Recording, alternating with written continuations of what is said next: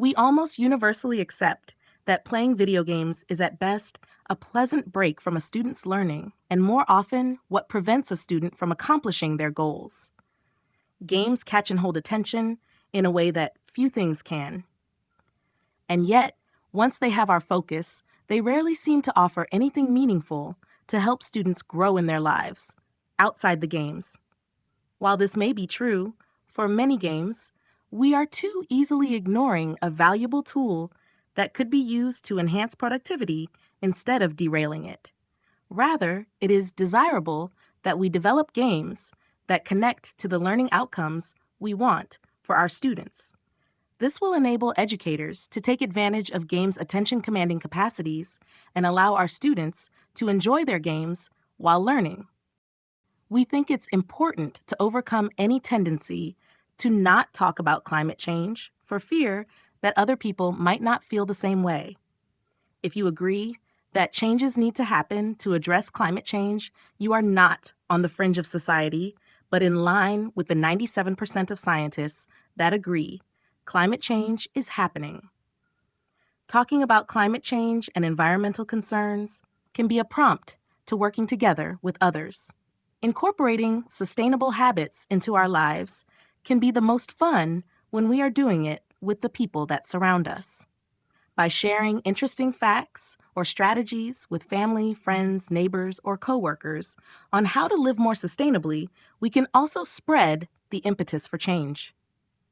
Suggest some healthy competition on waste or energy reduction efforts to get your close network involved in reducing their impact as well. When setting writing tasks, either at home or at school, think about how you would set yourself up if you had to write something for a period of time.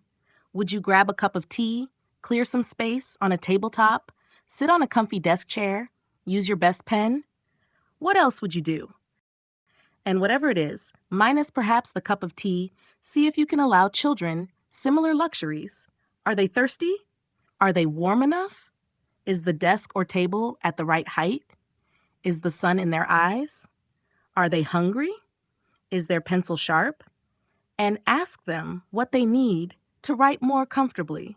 All these simple checks might be frustrating and delay the start of the task, but they are so important for enabling children to gain success in reading and writing and to see it in a positive light.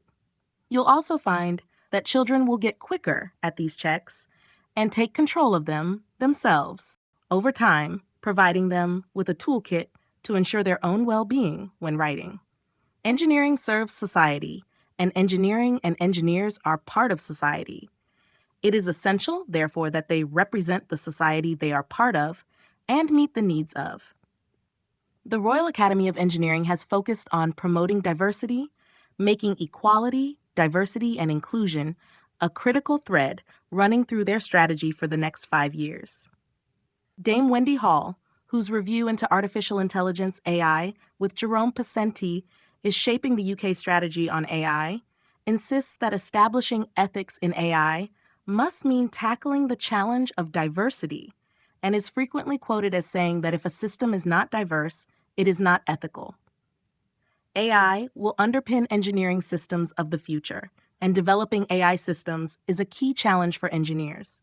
As with all areas of engineering, to serve society, it is essential that society is understood, involved, and represented across its breadth.